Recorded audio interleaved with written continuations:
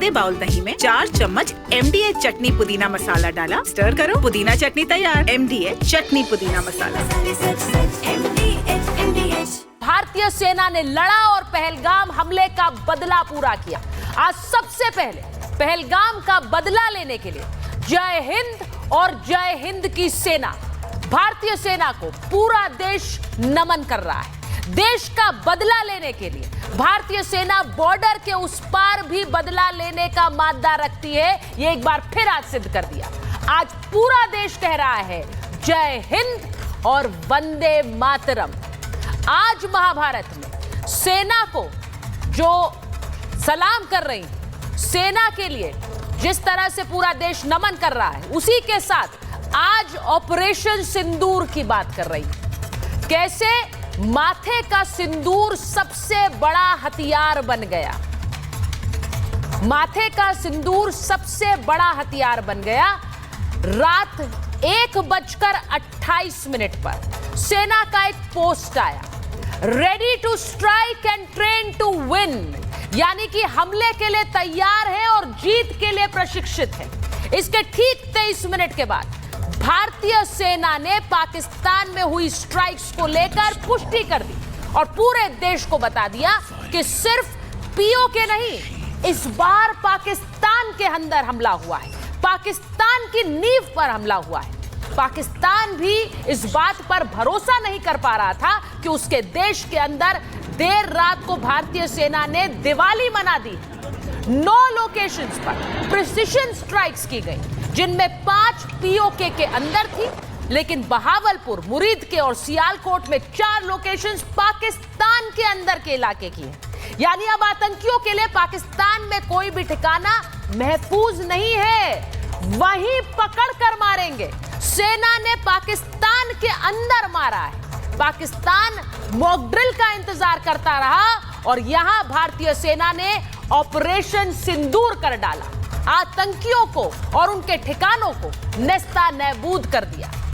इसी के साथ महाभारत में आपको यह भी बताऊंगी कि कैसे हाफिज सईद और मसूद अजहर की गर्दन तक पहुंच गई भारतीय सेना।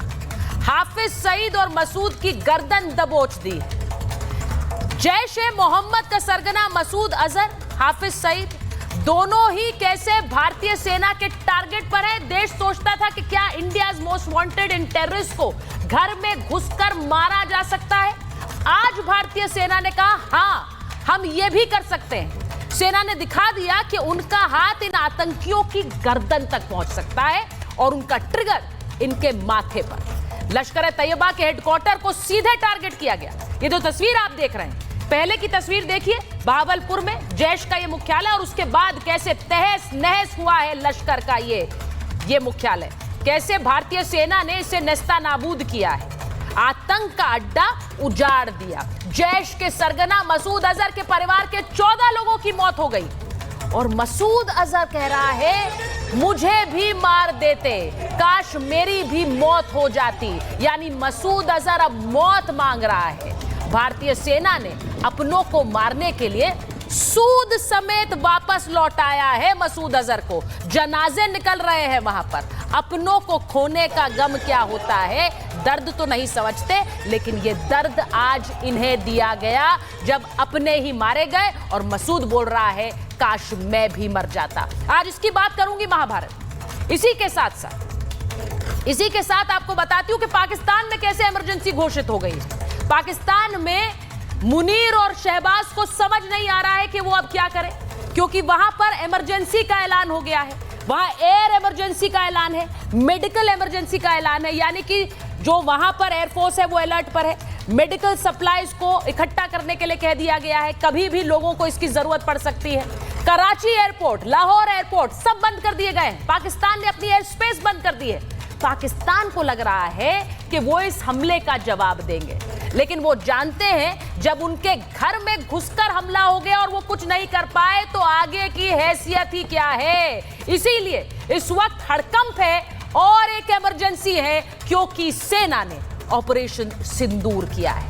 मैं आपको सबसे पहले बताती हूं, ऑपरेशन सिंदूर जो ये स्ट्राइक्स हुई हैं और पाकिस्तान के अंदर स्ट्राइक्स हुई हैं, उसके बाद क्या डेवलपमेंट्स हुए हैं। सबसे पहले आपको बता रही हूं, एयर स्ट्राइक के बाद कैबिनेट बैठक हुई है और कैबिनेट बैठक में सभी मंत्रियों को प्रधानमंत्री ने ऑपरेशन सिंदूर के बारे में जानकारी दी। सभी ने मेज थपथपाकर सेना का हौसला बढ़ाया। इसी के साथ यह भी खबर आ रही कि अब सीमा पर जा सकते हैं रक्षा मंत्री राजनाथ सिंह, वहां सेना की हौसला अफजाई के लिए जा सकते हैं। इस स्ट्राइक के बाद भारत ने हमले की जानकारी अमेरिका और रूस को दी। सबसे पहले यूएस एनएसए से बात की अजीत डोभाल ने। यूके, यूएई, इजराइल, सऊदी अरब को भी हमने अपनी तरफ से जानकारी दे दी है कि इस हमले के बाद क्या हुआ है और हमने क्या किया है। बॉर्डर के राज्यों के मुख्यमंत्रियों के साथ अमित शाह की एक बैठक हुई है। इसमें लद्दाख और जेएनके के एलजी भी शामिल हुए हैं। ये सिक्योरिटी प्रोटोकॉल के तहत ये बैठक हुई। उधर प्रधानमंत्री ने जाकर राष्ट्रपति भवन द्रौपदी मुर्मू राष्ट्रपति को ब्रीफ किया स्ट्राइक के बारे में। सरकार ने अब कल एक सर्वदलीय बैठक बुलाई है, यानी कि सभी दलों को जानकारी दी जाएगी इस ऑपरेशन के बारे में। तो ये बड़ी खबरें जो आज ऑपरेशन सिंदूर के बाद भारत कैसे एक्शन में है, एक रिपोर्ट आपको दिखा रही हूं। एक एक करके 9 प्रिसिशन स्ट्राइक्स न सिर्फ पीओके में बल्कि पाकिस्तान के अंदर भारत ये मादा रखता है। देखिए,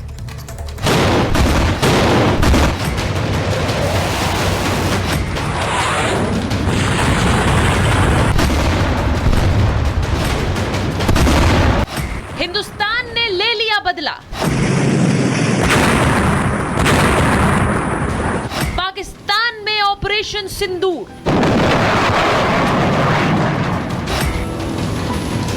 सिर्फ पीओके नहीं, पाकिस्तान पर जोरदार हमला। 22 अप्रैल को पहलगाम में हुए आतंकी हमले का बदला भारत के वीर सपूतों ने 15 दिन के अंदर ले लिया।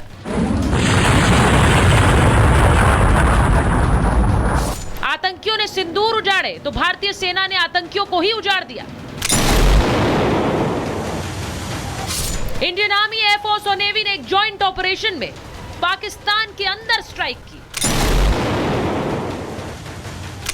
मुजफ्फराबाद, कोटली, गुलपुर, बाग, चकामरू, भिंबर, मुरीदके, सियालकोट और बहावलपुर में सेना की यह स्ट्राइक हुई। ये वो 9 टारगेट्स हैं जिन्हें भारतीय सेना ने केवल 25 मिनट में 24 मिसाइलें दागकर खत्म कर दिया। हिंदुस्तान ने एक ही रात में लश्कर, जैश और हिजबुल मुजाहिदीन के कैंप्स को खत्म करके आतंकियों की कमर ही तोड़ दी है।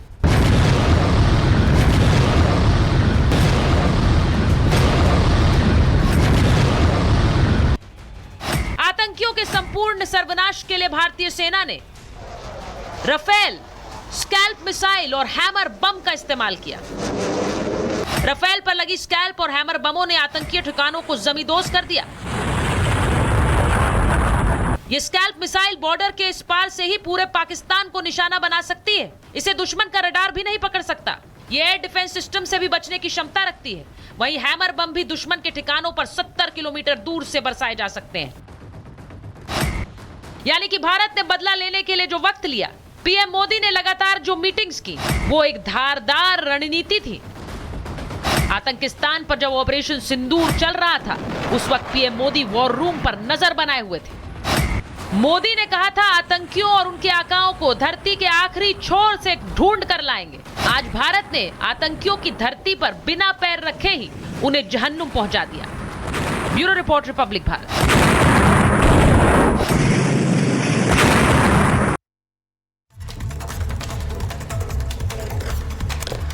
और मेरे साथ महाभारत में जो मेहमान जुड़ रहे हैं, मैं उनके पास जाऊं, क्योंकि आज बहुत गर्व के साथ जय हिंद कह के, वंदे मातरम कहकर इस शो की शुरुआत करना चाहती हूं। मेरे साथ major general GD Bakshi sir जुड़ रहे हैं, विंग कमांडर प्रफुल्ल बख्शी हमारे साथ हैं, हमारे साथ विंग कमांडर आलोक सहाय जुड़ रहे हैं, कैप्टन श्याम कुमार हमारे साथ जुड़ रहे हैं, हमारे साथ एनआईए के एक्स डीआईजी एनएनडी दुबे जी जुड़ रहे हैं, कर्नल दिनेश नैन हमारे साथ हैं। मैं सबके साथ शुरुआत करूं उससे पहले जरा मैं एक तस्वीर दिखाना चाहती हूं कि आज प्रधानमंत्री नरेंद्र मोदी के बारे में जो जानकारी सामने आई कि ऑपरेशन सिंदूर जब हो रहा था, तो प्रधानमंत्री नरेंद्र मोदी कैसे उस ऑपरेशन को मॉनिटर कर रहे थे। अब बार बार ये कहा जाता है कि एक देश उतना ही कर सकता है जितना एक पॉलिटिकल विल हो। देर रात पाकिस्तान में स्ट्राइक हुई, ऑपरेशन सिंदूर हुआ और प्रधानमंत्री मोदी खुद उस पर नजर रख रहे थे, वॉर रूम में मॉनिटर कर रहे थे वो इस ऑपरेशन को। वहां पर स्ट्राइक्स हो रही थी और यहां प्रधानमंत्री इसे मॉनिटर कर रहे थे। एनएसए अजीत डोभाल उन्हें एक एक स्ट्राइक की, एक एक पल की जानकारी दे रहे थे और वॉर रूम में आर्मी के टॉप अफसर भी मौजूद थे जिन्हें इस ऑपरेशन के बारे में जानकारी थी। ऑपरेशन के समय सीडीएस भी वहां मौजूद थे। आप जानते हैं कि सीडीएस से भी मुलाकात प्रधानमंत्री ने की थी। प्रधानमंत्री आवास पर कई बैठकें हुई और उन बैठकों में ही ऑपरेशन सिंदूर लॉन्च हुआ। ऑपरेशन सिंदूर जिसका नाम भी प्रधानमंत्री नरेंद्र मोदी ने दिया है। तो मैं एक सीधे सीधे कह रही हूं, जीडी बख्शी सर अगर आ गए हैं तो जरा स्क्रीन पर लीजिए उन्हें। ये प्रधानमंत्री नरेंद्र मोदी ने इस ऑपरेशन सिंदूर को खुद मॉनिटर किया और मैं इसीलिए ये कह रही हूं कि एक बार जरा जिस तरह से ये स्ट्राइक्स हुई और उन स्ट्राइक्स को किया गया, मैं पहले इसका एक लबोलबाब इस तरह से समझूं। मेजर जनरल, अगर आप मेरी आवाज सुन पा रहे हैं, मैं एक चीज ये पूछूंगी कि जब ये स्ट्राइक्स हुई हैं, एसवीसी सिंह हमारे साथ जुड़े हुए हैं, SVP Singh. Major general, I am sorry अगर मैंने नाम के उच्चारण में कुछ गलती की हो तो आप मुझे सुधार दीजिएगा। मैं आपसे सिर्फ सर सबसे पहले जय हिंद। और आज का ये ऑपरेशन, आज का ऑपरेशन सिंदूर, ये क्या मैसेजिंग पाकिस्तान के लिए लेकर आया है? क्योंकि न सिर्फ पीओके सर बल्कि पाकिस्तान के अंदर की ये स्ट्राइक्स हैं। देखें, ये जो संदेश है पाकिस्तान को है कि ये नया भारत है, ये प्रधानमंत्री के लफ्ज हैं। नया भारत है, नया इरादा है, मजबूती का इरादा है, देश का मनोबल अलग है। और ये जो अभी स्ट्राइक हुई है, पास्ट में पिछले अगर हम देखें उससे बहुत ज्यादा फर्क पड़ गया है। कैसे? सबसे पहले ये ट्राई सर्विस, पहली ट्राई सर्विस ऑपरेशन हम कहेंगे, स्ट्राइक हुई है पाकिस्तान के अंदर। दूसरा है कि टारगेट्स लंबे और डेप्थ में पीओके से लेके पंजाब के भावलपुर तक स्ट्राइक हुए हैं। 9 टेररिस्ट कैंप टारगेट्स और उसके अंदर 9 टेररिस्ट कैंप से 21 टारगेट की सिलेक्शन थी।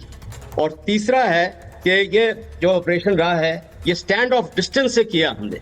हमारी मिसाइल्स स्कैल्प हैमर ने इस्तेमाल किए गए हैं। हमने विश्व को ये मैसेज दिया है कि हमारे को इंटरनेशनल बॉर्डर क्रॉस करने की कोई जरूरत नहीं है, हम अपने साइड से ही कर सकते हैं। और इसके साथ ये सहमत होता है कि आर्टिकल 51 यूनाइटेड नेशंस का जो है उसको हमने इस्तेमाल करते हुए कि पाकिस्तान के ऊपर ये कार्रवाई की है। और सबसे आखिर में ये बोलूंगा कि काउंटर टेररिज्म ऑपरेशन है ये। जिस प्रधानमंत्री ने ये पॉलिटिकल डायरेक्टिव दिया था सेना अध्यक्ष को भी कि टेररिस्ट टारगेट्स को हमने बर्बाद करना है, टेररिस्ट को ढूंढते उनको बर्बाद करना है, और ये किया गया है।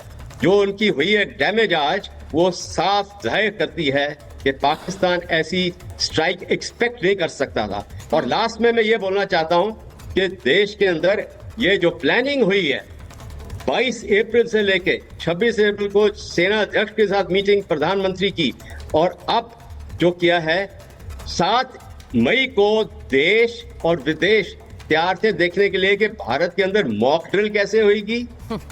नोटैम को हमने एक्टिवेट किया, बताया कि एयरफोर्स की एक्सरसाइज होनी है 7 और 8 मई में। तो मास्टर स्ट्रोक ये सरप्राइज एंड डिसेप्शन में था कि जिसमें कि देशवासी हम सब जब उठते हैं, कोई रात को 2 बजे उठाए गए, कोई 5 बजे, तो ये किसी भी माहौल हुआ है देश में। किसी भी स्ट्राइक में कहते हैं कर्नल नैन, हम तो रात से बात कर रहे हैं आपसे, जब वो स्ट्राइक हुई उस समय रात को भी आप हमारे साथ जुड़े हुए थे, उसमें रणनीति बड़ी इंपॉर्टेंट होती है। वो मॉक ड्रिल का इंतजार करते रह गए, वो वॉर एक्सरसाइज का इंतजार करते रह गए, यहां हमला हो भी गया। यही नहीं सुचारिता, वो कल जो है डीजीएमओ की आपस में फोन पे बातचीत भी हुई। ये बात कह के कि भाई आप लोग जो है क्यों ये सीज फायर तोड़ रहे हो, तो पाकिस्तान को तो सपनों में भी नहीं पता था कि जहां एक और भारत डीजीएमओ लेवल की बातचीत आपस में कर रहा है समस्या को सुलझाने के लिए, और रात को इस तरह का कोई स्टेप लेने वाला है। यानी कि पूरी सीक्रेसी के साथ में बहुत वेल प्लान एक ऑपरेशन था, जिससे कि पूरा का पूरा पाकिस्तान जो है, खासकर पाकिस्तान की सेना और एयरफोर्स और एयर डिफेंस सिस्टम्स, ये सब के सब जो है एक भौचक्के रह गए कि अचानक से ये रात को क्या हुआ है। लेकिन मैं आपको एक बात ये और भी कहना चाहूंगा कुछ चाह रहा था यहाँ, कि हमारा फेज 1 था ऑपरेशन सिंदूर का, अभी फेज 2 चालू होने वाला है। जिस प्रकार से आप देख रहे हैं डेवलपमेंट हो रही है। नहीं, आप बड़ी बात कह रहे हैं। आप ये फेज 1 था, फेज 2 क्या होगा सर? फेज 2 के अंदर देखिए जिस प्रकार से अनाप शनाप जो वक्तव्य जो आपके पाकिस्तान से आ रहे हैं, जैसे उनके रक्षा मंत्री ने कहा कि वो अगर भारत इसके बाद कोई स्टेप नहीं लेता तो हम लोग आगे कोई एक्शन हम भी नहीं करेंगे। परंतु उसके तुरंत 2-3 घंटे के बाद एनएससी की मीटिंग के बाद आसिफ मुनीर को पूरा का पूरा पावर दे दिया गया और उनको कहा गया कि इसका रिटेलिएशन किया जाएगा और जो सेना जो है वो इसका बदला लेगी। यानी बात साफ है कि ये पूरा का पूरा खेल जो रचा गया वो जनरल आसिफ मुनीर के द्वारा ही रचा गया, क्योंकि उनके एनएसए भी, उनके जो आईएसआई का जो चीफ है अभी जनरल असीम मलिक, वो वहां बैठा हुआ है। जो वो बोल रहा है वही शहबाज शरीफ बोल रहा है और कैबिनेट बोल रही है। तो ये कह लीजिए कि पूरी कैबिनेट और शहबाज शरीफ जो है ये और कोई नहीं है, ये जनरल आसिफ मुनीर की कैबिनेट है। तो जो भी वो चाह रहा था उस तरह का वक्तव्य उन्होंने लिया और अब सेना के हाथ में ये कह दिया गया कि पाकिस्तानी सेना जो है उसके पास पूरा राइट है। और देखिए मजाक देखिए, आर्टिकल 51 ऑफ यूएन के बारे में उन्होंने उसका हवाला दिया। अगर कोई देश दूसरे देश के अंदर टेररिस्ट पे अटैक करे तो ये आर्टिकल 51 में कहां लिखा हुआ है कि वो दूसरा देश जो है अटैक करने वाले देश पे कोई कार्रवाई करेगा। तो ये अनाप शनाप तरीके से हुआ है। परंतु मेरा मानना यह है चारिता, अगर पाकिस्तान कोई भी हिमाकत करता है तो हमने 2 चीज देखी कल रात को, आप भी साथ में थे, कि एक वर्दी में एक बगैर वर्दी के है। भावलपुर में देख लीजिएगा। नहीं, और सर देखिए ये भी बड़ा क्लियर है, जब हम वहां पर टेरर आउटलेट्स को स्ट्राइक कर सकते हैं, हमने दिखा दिया है कि भारत में रहकर ही यहां से निशाना हमारा उनके मिलिट्री इंस्टॉलेशंस तक भी जा सकता है, लेकिन हम जिम्मेदाराना कार्रवाई कर रहे हैं। हमने ये कहा कि हमने उन्हें मारा है जिन्होंने हमारे अपनों को मारा। ये अभी थोड़ी देर पहले का वक्तव्य है देश के रक्षा मंत्री राजनाथ सिंह का, और इसीलिए हमने जो प्रिसिशन स्ट्राइक्स की हैं, हमने उनके नागरिकों को निशाना नहीं बनाया है। मैं एक बार जरा विंग कमांडर सहाय से चाहूंगी कि वो हमारे दर्शकों को बताए। हमारे स्क्रीन पर विजुअल्स चल रहे हैं विंग कमांडर, और उसमें दिख रहा है कि कैसे एक मिसाइल आ रही है और वहां अचानक एक धुएं का गुबार उठता है। ये स्ट्राइक्स कैसे हुई होंगी सर, जरा आम भाषा में हमारे दर्शकों को समझाइए, कैसे किया भारत ने इसे? देखिए, ये स्ट्राइक 2-3 तरीके से जैसे कि सूचना आ रही है। एक तो स्कैल्प एंड हैमर मिसाइल्स हमारे रफाल में है। स्कैल्प जो है उसकी जो टेक्नोलॉजी है वो ग्लाइड टेक्नोलॉजी से जाती है, जिसको एयर डिफेंस रडार इंटरसेप्ट नहीं कर पाता है। हैमर जो है उसमें ये कैपेसिटी है कि बड़े बड़े चट्टान और बड़े बड़े बंकर्स के नीचे में जो हेडक्वार्टर्स या सेंटर्स बनाए जाते हैं, तो ये पहले बंकर को तोड़ता है, उसके अंदर घुसता है और ब्लास्ट अंदर जाके करता है। अच्छा। और उसके साथ साथ हमने ऐसी मिसाइल्स डेवलप की हैं जो मिसाइल एब्सोल्युटली प्रिसीजन गाइडेड है, पिन पॉइंटेड स्ट्राइक करने के लिए कैपेबल है मिसाइल। आप देखिए बहावलपुर का जो उनका हेडक्वार्टर है जैश का, उसके बगल में उनका आर्मी का एक बहुत बड़ा सेंटर है, बिल्कुल बगल में। उसके बगल में थोड़े ही दूर पर उनका एक न्यूक्लियर यूनिट है। और क्या प्रिसीजन स्ट्राइक हमने किया है कि किसी को चोट नहीं पहुंची है, सिर्फ जैश का हेडक्वार्टर पूरी तरह तबाह किया है। तो ये दर्शाता है कि हमने जो हथियार इस्तेमाल किए हैं उसकी टेक्नोलॉजी में हम पाकिस्तान से कहीं आगे हैं। अभी सबसे उन्नत किस्म के हथियार इस्तेमाल नहीं किए हैं। अभी हमारे पास सुपरसोनिक जो मिसाइल है जो लास्ट ईयर इंडक्ट हुआ है, जिसकी गति 8 से 10 मैक्स है, जिसका रेंज 1500 किलोमीटर है, उसको अभी हमने यूज नहीं किया है। वो पाकिस्तान के किसी भी कोने में जाके स्ट्राइक कर सकती है। तो पाकिस्तान को यह समझना पड़ेगा, और दहशत इसीलिए वहां है कि कोई उनका एयर डिफेंस रडार हमारे किसी भी मिसाइल को, किसी भी एम्युनिशन को इंटरसेप्ट नहीं कर पाया, और सभी सेंटर्स को हमने प्रिसीजन के साथ, पिन पॉइंट एक्यूरेसी के साथ स्ट्राइक किया है। तो दहशत इस बात की है। दूसरी बात यह है कि अभी तक पाकिस्तान ये हमेशा नकारता रहा है कि उसके आतंकी उसके पास यानी नहीं इसका है। सीधा अरे मतलब ये है, आतंकी तुम्हारे पास नहीं अगर है। हमारे दर्शक आसान भाषा में समझें कि जैसे हम गेंद फेंकते हैं किसी की तरफ और निशाना सटीक उस गेंद का लग जाए, हमें वहां तक जाना नहीं पड़ता है, उसी तरह से यहां से फेंका है और जो जाकर उनके ठिकानों पर लगा है कि वहां चित्कार मच गई और उसके बाद वो कह रहे हैं कि this is an act of war, हमारे पास ये अधिकार है, हम इसका जवाब देंगे।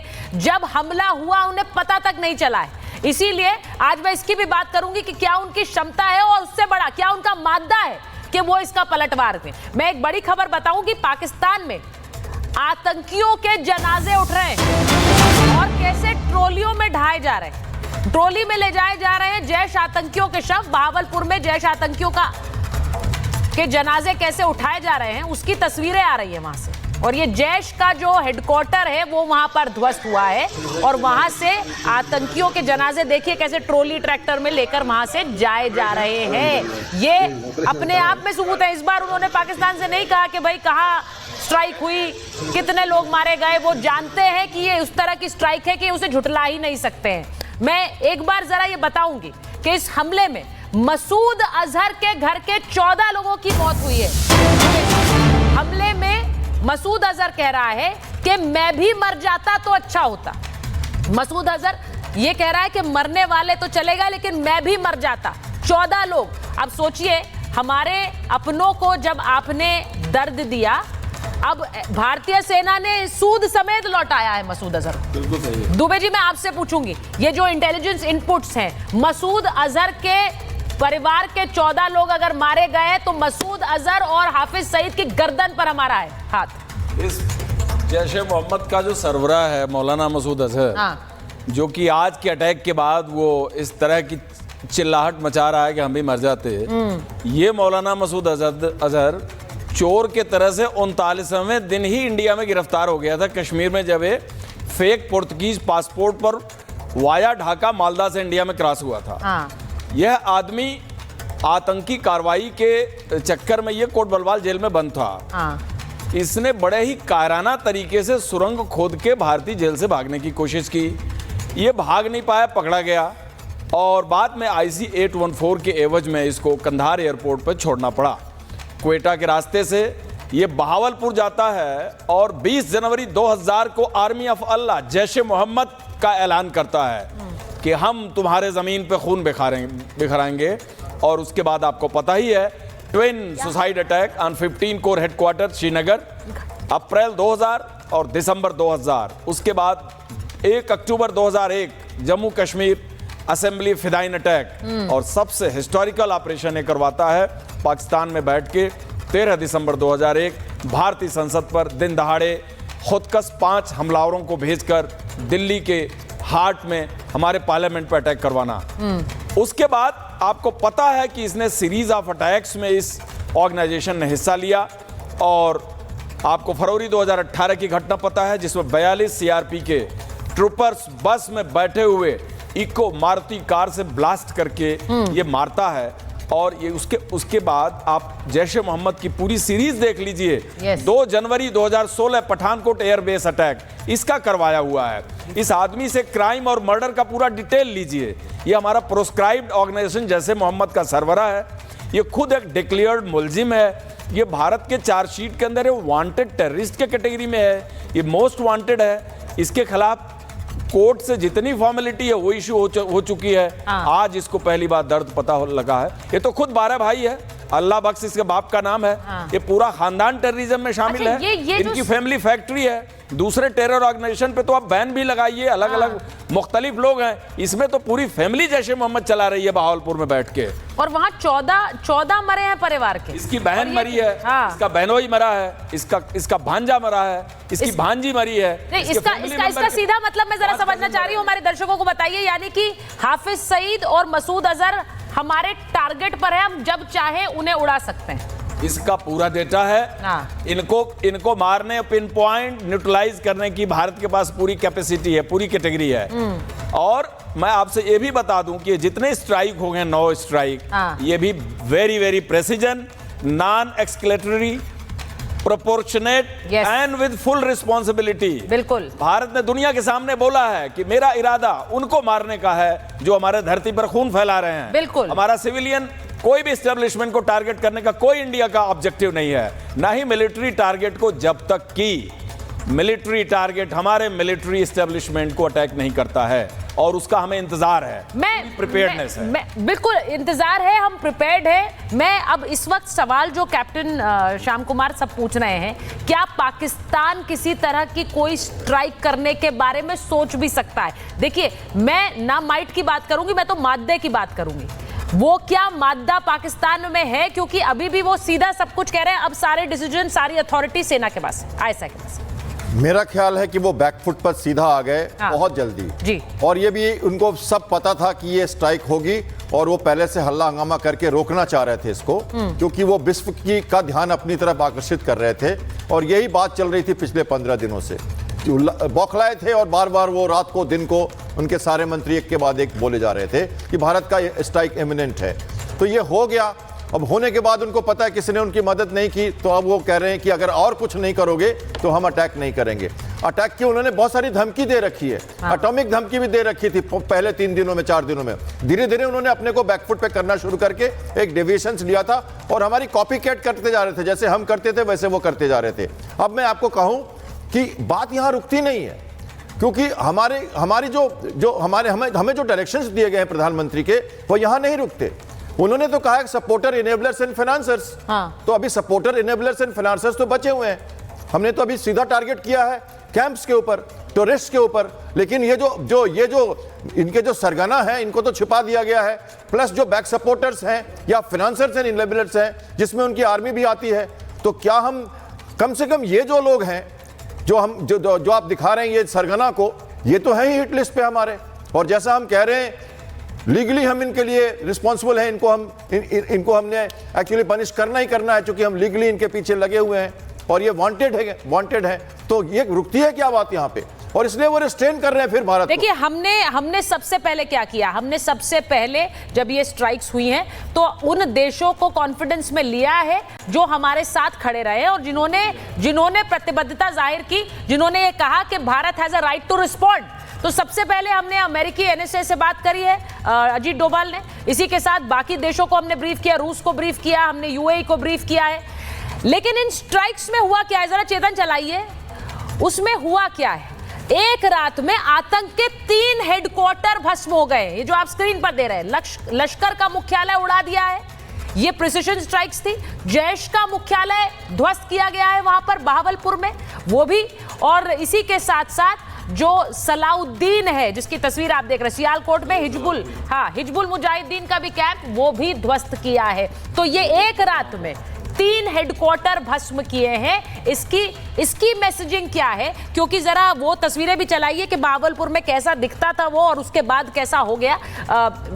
दुबे जी, ये जो 3 हेडक्वार्टर्स जो भस्म किए हैं एक रात में, इसकी मैसेजिंग क्लियर है, क्योंकि ये आतंकी और ये संगठन सिर्फ एक पहलगाम नहीं, इससे पहले के कई हमलों में शामिल थे। देखिए, इसका इनिशिएशन उस दिन हो गया था जिस दिन, अगर आप इस हमले से ठीक पहले जाएं तो फरवरी 18 का जो हमला था वो आईडी ब्लास्ट, एक ट्रूपर्स के बस के साथ डाल करके एक आत्मघाती हमले का प्रयास था, जिसमें न कोई धर्म पूछा गया था, न कुछ भी पूछा गया था। एक मिलिट्री मूविंग कन्वाई के अंदर इन्होंने अटैक किया था जैश ए मोहम्मद ने।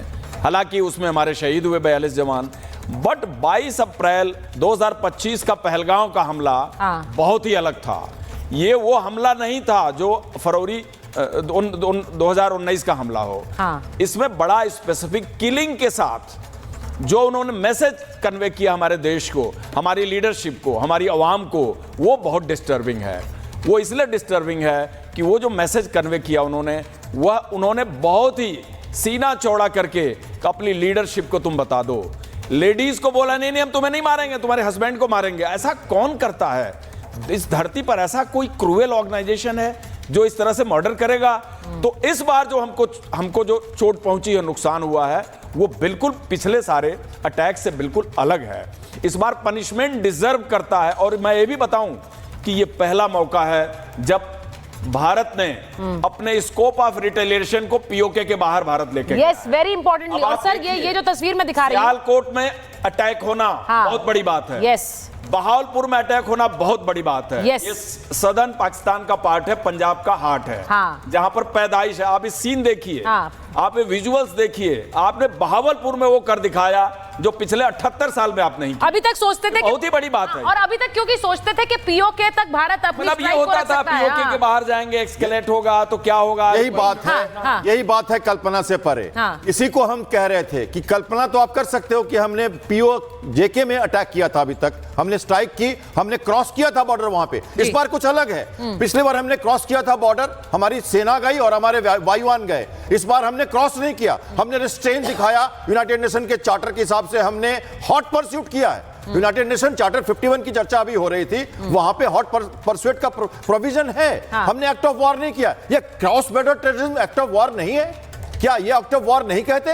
हमने आपको प्रोवोक कितने दिन से आप हमें कर रहे थे, हमने कुछ नहीं किया। इस बार हमने बहुत ही मैच्योर डेमोक्रेसी का एक उदाहरण दिया है। हम अपनी एयर स्पेस पे रह के स्टैंड, जो हमारी जो स्टैंड ऑफ वेपन्स है, कौन सी वेपन है, कैसी वेपन है, हाँ। और कैसे यूज किया, हम आपको बताएंगे नहीं। आपने कहा ना आपको धक्का लगा है, आपने कहा ना हमें डैमेज हुआ है, आप कह रहे हैं कि हमारे लोग मारे गए। आप करिए इन्वेस्टिगेशन, बताइए किस तरह की एम्युनिशन थी, कैसे मारा, किधर से मारा, कैसे कमर तोड़ी, ये आप बताइए, हम नहीं बताने वाले। बड़ी बात है, हम नहीं बताने वाले हैं। और कैप्टन श्याम कुमार, जैसा आप कह रहे हैं, मैं फिर कहूंगी, कर्नल नैन और आप रात से हमारे साथ जुड़े थे, और रात में जब ये हमला हुआ उसके बाद हम बात कर रहे थे, अचानक से जो इनपुट्स आने लगी उसके बाद पता चला कि स्केल ऑफ ऑपरेशन क्या था। स्केल ऑफ ऑपरेशन, मैं एक बार जरा बड़ी खबर बता देती हूं। यूएनएससी के देशों को ऑपरेशन सिंदूर की जानकारी दी गई है। ये जानकारी विदेश मंत्रालय में राजनयिकों को दी गई। जानकारी विदेश मंत्रालय ने बुलाए यूएनएससी के देशों के राजनयिक, यूएस, रूस, फ्रांस के राजनयिकों को विदेश मंत्रालय ने ब्रिटेन और चीन के राजनयिकों को भी इसकी जानकारी दी है। अब देखिए, जो डिप्लोमेटिक चैनल्स हैं वो हमने शुरू से खोल कर रखे हैं। जब हमला हुआ सभी ने आकर हमारे साथ खड़े होकर कहा कि हम, Bharat has a right to respond. मैं एक बार मेजर जनरल सिंह आपसे पूछ रही हूं, ये जो एक बड़ी स्ट्राइक पाकिस्तान के अंदर की है, क्योंकि पाकिस्तान कह रहा है आपने हमारे होमलैंड पर हमला किया है, और आपने जो हमला किया है हमारा, ये this is an act of war. देखिए, पाकिस्तान को शीशे में देखने की जरूरत है। यस। क्यों? पहलगाम में उन्होंने क्या किया? जो भी हमारे देश में ये टेररिस्ट अटैक कर रहे थे वो एक्ट ऑफ वॉर नहीं है। हाँ। तो इनको अभी शीशा नजर आ रहा है। दूसरा है कि पहली बारी जो डीजी आईएसपीआर की इसने प्रेस स्टेटमेंट आई है, और उसकी एक प्रेस स्टेटमेंट भी आई है, उसमें उसने ऊपर से लेके नीचे तक सारे टेररिस्ट ऑब्जेक्टिव्स थे उनका कवर किया है कि कैसे नुकसान हुआ है उनका। इसका मतलब है कि उन्होंने फाइनली इस समय इंटरनेशनल अरेना में उस वहाँ पे एक्सेप्ट किया है कि हमारे टेररिस्ट ऑपरेट कर रहे थे, टेररिस्ट हमारे हिस्सेदार हैं, टेररिस्ट हमारे एक तरह के पैरामिलिट्री फोर्स है। और क्यों मैं बोल रहा हूँ पैरामिलिट्री फोर्स? आज देखें जो भावलपुर में उस शव को, ये जो फ्यूनरल कर रहे थे सेरेमनी, उनको नेशनल फ्लैग में डाला है। हो सकता है कोई सीनियर अफसर भी हो वहाँ पे।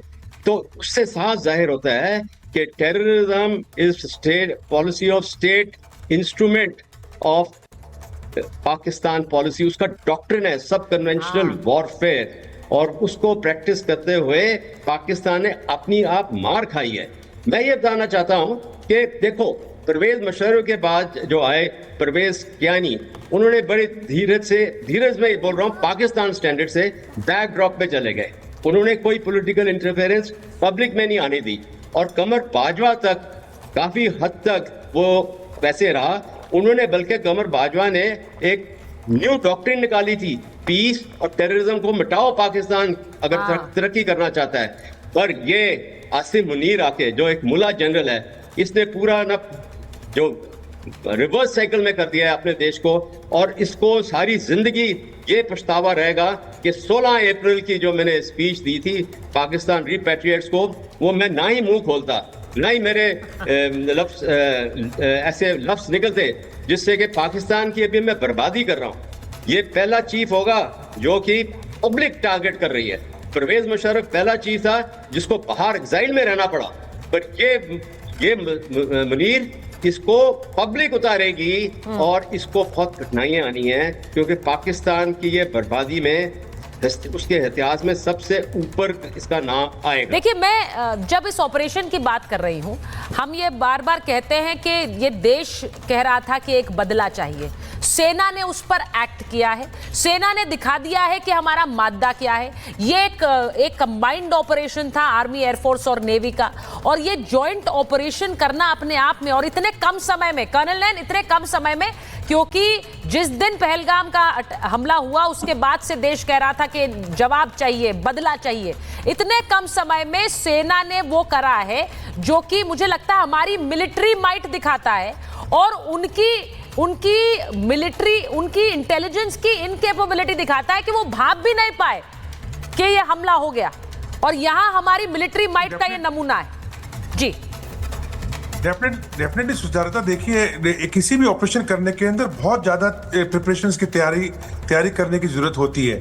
आप टारगेट्स देखते हैं, उसके ऊपर क्या हथियार लगाएंगे, आप कैसे उसको ऑपरेट करेंगे, मतलब कौन कौन सी फोर्सेस में इन्वॉल्व होंगे, नेवी, एयरफोर्स, आर्मी, फिर उसकी रिहर्सल्स होंगी, एक उसको माहौल बनेगा, सीक्रेसी रखी जाएगी, फिर टारगेट्स के ऊपर उसको जो आपने लॉन्च कर रहे हैं कि 15 दिन के अंदर जो सब कुछ हुआ और इतनी सीक्रेसी के साथ हुआ और इतनी अच्छी मेटिकुलस प्लानिंग के साथ हुआ, अब मैं समझता हूँ कि सराहनीय था। अगर आप मुझे इजाजत दे तो मैं एक चीज बोलना चाहता हूँ, अगर मैं आप इजाजत दी मेरे को सुचारिता तो। देखिए सुचारिता, जहां तक सवाल है जनरल आसिफ मुनीर का, मेरा निजी मानना है ये आदमी एक बहुत रेडिकल इंसान है और डेफिनेटली ये कुछ ना कुछ फितूर इसके दिमाग में आएगा और ये कुछ ना कुछ करेगा। जैसे कि हमने देखा है कि पीओके के अंदर भी हर पोस्ट के साथ में एक लॉन्चिंग पैड है, यानी लगभग 140-120 के करीब लॉन्चिंग पैड है। 40 के करीब हमारे पीओके के अंदर इन्होंने टेररिस्ट कैंप बनाए हुए हैं, और भी कैंप हैं अभी जो बचे हुए हैं, जो इन्होंने उखाड़ दिए तंबू वगैरह। तो अगर हमें इसके साथ लड़ना ही है तो क्यों ना ये लड़ाई हम, जो आज इन्होंने शिमला एग्रीमेंट खत्म कर दिया है, एलओसी को एक सीज फायर लाइन बना के छोड़ दिया, यानी जो जितना आगे पीछे बढ़ जाए वो उसका, तो क्यों ना हम ये लड़ाई, अगर आने वाले टाइम पे हमें लड़नी पड़ती है तो ये लड़ाई हम एलओसी के ऊपर और पीओके के खिलाफ लड़े, ताकि 40 किलोमीटर की सिर्फ डेप्थ का एक एरिया है, हमारा अपना एरिया है, और ये जितने भी वहां पे सैनिक हैं इनके पाकिस्तान के 50% रेडिकलाइज हो रखे हैं, इनके आपस में भी डिफरेंसेस हैं। और ऐसे टाइम पे हम लोग जो भावलपुर वगैरह में अटैक करते घूम रहे थे, इनके असली आका तो यही लोग हैं, आसिफ मुनीर जैसे लोग, और इनको ही पनिशमेंट जब तक नहीं करेंगे तो इनको कोई फर्क नहीं पड़ता हम कितने लोगों को मार दें, ये फिर पैदा कर देंगे। तो सबसे सही सबक सिखाने का टाइम अब ये है कि इस पाकिस्तान की रेडिकल सेना और इसके जो आसिफ मुनीर है, इसको सबक सिखाया जाए। तो अगर ये कोई हिमाकत करते हैं, मेरा निजी मानना है कि हमें ये स्टेप लेना चाहिए। आप ये कह रहे हैं कि पाकिस्तान की सेना has to be on target, क्योंकि जब तक वो नहीं होगा तब तक आतंकी एक नहीं 100 पैदा करते जाएंगे। इनकी तो फैक्ट्री लगी हुई है वहां पर सर, और वो फैक्ट्री से रोज हर रोज आतंकी चर्न आउट हो रहे हैं और उनको बाहर भेजा जा रहा है।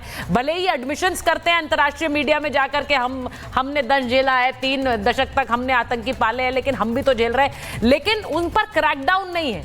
और ये जो बात अभी कर्नल नैन ने कही है, मैं आपसे पूछूंगी कि आसिम मुनीर की जो जिस तरह का वो व्यक्ति है, वो कुछ ना कुछ वापस रिटेलिएशन के लिए प्लान बनाएगा, ये वो कह रहे हैं। आसिफ मुनीर बेसिकली पाकिस्तान आर्मी में 2 टाइप के जनरल हैं, एक विस्की जनरल और एक आसिफ मुनीर मुल्ला जनरल। तो unfortunately Asif Munir belongs to the fraternity of मुल्ला जनरल। इसका बाप खुद जनरल था और 1995 में मिलिट्री कू के आरोप में उसको प्रीमेच्योर सैक किया गया था। और ये ऐसा आदमी था कि जिसको मरकज का ये मेंबर था, इसका फादर। आप लोग मरकज के बारे में जानते होंगे, जो कि इस्लामिक एजुकेशन रेडिकलाइजेशन को पूरे दुनिया में प्रोपोगेट करते हैं। This father was a Pioneer being in uniform. सबसे बड़ी सरप्राइज की बात है, तो पाकिस्तान मिलिट्री में कू के आरोप में 1995 में इसका बाप ऑलरेडी सैक हो चुका है। ये मुल्ला जनरल है और ये मुकद्दर से इसको मिल गया जनरल बाजवा के बाद ये tenure. He had been ISI chief. आपका फरवरी 2019 हुआ तो यही तो आईएसआई चीफ था। आप जो इसने 20-25 दिन पहले नॉन रेजिडेंट पाकिस्तानी की मीटिंग में जो बयान दिए, आप क्या उस बयान को नॉर्मल समझते हैं? 1947 की फिलॉसफी को इसने रिपीट किया है, 1940 में पाकिस्तान के फाउंडेशन की फिलॉसफी को रिपीट किया है। आप इस जनरल से सॉफ्ट चैट कन्वर्सेशन से दोनों देश में कभी शांति हो सकती है? हो ही नहीं सकती। हमको इस मुल्ला मुनीर के रिस्पांस में उससे ज्यादा बेफिटिंग रिप्लाई देना है। तो ये ये जो जनरल है अभी आज के तारीख में पाकिस्तान का, ये जरूर कुछ खुराफात सोच सकता है। ये मैं आपसे छोटे मोटे एक्शन सोचेगा, कुछ लाइन ऑफ कंट्रोल पर बैट एक्शन है, कहीं इन्फिल्ट्रेशन का प्लान करेगा, लेकिन ठीक है वो करेगा, उसके लिए हम तैयार हैं। वो सिचुएशन नहीं है, लेकिन आज के तारीख में तो चूहेदानी में वो बंद ही हो गया ना। लंबी लंबी बात करके बोलता है हमारे बिलीफ अलग हैं, हमारी सोच अलग है, हमारी मानसिकता अलग है, हमारी कल्चर अलग है। मैं एक बार सर वो तस्वीरें इतनी डिस्टर्बिंग बात है ये। वो जो तस्वीरें जो स्ट्राइक के विजुअल्स आए हैं, जरा चेतन वो चलाइए जरा स्क्रीन पर, क्योंकि जब वहां हमला हुआ उसके बाद किस तरह से वहां पर वो हंगामे की तस्वीरें आई, जरा वो तस्वीरें चलाइए जब स्ट्राइक हुई। और उसके बाद ये पाकिस्तान से तस्वीरें आनी शुरू हुई, ये खबर आई कि वहां पर स्ट्राइक हुई है और उसके बाद वहां पर धुएं का गुबार और आग का गुबार नजर आया। पाकिस्तान को समझ नहीं आया कि हुआ क्या है। जरा स्ट्राइक के विजुअल्स चला दीजिए चेतन। ये बहावलपुर की तस्वीर है, लेकिन रात को जब तस्वीरें आई, जब वहां पर आग का गुबार देखा जा सकता था, तो उन तस्वीरों से साफ पता चला पाकिस्तानियों को भी नहीं समझ आया कि हुआ क्या है वहां पर। एकदम से वहां पर आग दिखने लगी, वहां पर बड़ा सा धमाका हुआ और फिर ये खबर पहले सोशल मीडिया पे आने लगी कि वहां पर ब्लास्ट हुए हैं। अब ये क्योंकि समय ऐसा है, ब्लास्ट की तस्वीरें लगाइए। ऐसा समय था कि लोगों को लग रहा था कि वाकई कोई हमला हो गया है क्या। वो ड्रिल का इंतजार करते रह गए कैप्टन, वो ड्रिल का इंतजार कर रहे थे। हमारे यहाँ तो मॉक ड्रिल हुई है, आज जगह जगह हुई है, अलग अलग राज्यों में हुई है। वो मॉक ड्रिल का इंतजार कर रहे थे। ये भी एक कहना चाहिए कि चाणक्य नीति होती है कि दुश्मन को फंसाओ और हमला करो। कहीं पे निगाहें, कहीं पे निशाना। ये जो स्ट्रैटेजिक डिसेप्शन है ना, ये बहुत बड़ा काम करता है और वही हुआ। और मैं आपको एक बात बताऊं, इस बार एक और भी अलग बात थी। ये बात बिल्कुल जाहिर थी कि कौन अटैक कर रहा है और क्यों अटैक कर रहा है। ये पहले से मान के तैयार थे वो। तो देखिए जैसे ही अटैक हुआ उन्होंने मान लिया। ये क्या हुआ, वो क्या हुआ, किसने किसको मारा, F-16 और MiG-21, वो सब नहीं हुआ। इस बार वो पहले से तैयार थे। इसको ध्यान से समझिए और प्रधानमंत्री की दो बातें सुनिए जो अभी उन्होंने स्क्रीन पे आप दिखा रहे थे। जो हमारे सेनाओं पे हमें गर्व है, किसी कमी के बिना हमारा ऑपरेशन पूरा हुआ। पहला स्टेटमेंट, कमी का मतलब लॉस ऑफ लाइफ और एनी इक्विपमेंट, कमी के बिना। दूसरा, बिना गलती के ऑपरेशन पूरा हुआ। दैट मींस हमने बिल्कुल एयर स्पेस वायलेशन नहीं किया। सर मुझे एक चीज ये भी लगती है, अब मसूद अजहर और हाफिज सईद का क्या है, उनकी सिक्योरिटी का क्या है। कई लोग कह रहे हैं हाफिज सईद तो जेल में रहता है, उसको जेल में रखने का एक सिक्योरिटी देने का एक बहाना है। लेकिन यहां पर अब जिस तरह से ये स्ट्राइक्स हुई है, इससे बड़ा क्लियर है कि अगर 14 उसके आसपास के मार दिए तो हाफिज सईद और मसूद अजहर को भी मार सकते हैं। अब सेना उनकी सिक्योरिटी बढ़ाएगी, ये मानकर चलना चाहिए। मैं एक बार जरा विंग कमांडर सहाय के पास जाती हूँ। विंग कमांडर सहाय, आपको लग रहा है कि उनकी सिक्योरिटी बढ़ा दी जाए? अब छोलिया हो या लोबिया, सफेद चने या काले चने, सब कुछ मजेदार बने। MDH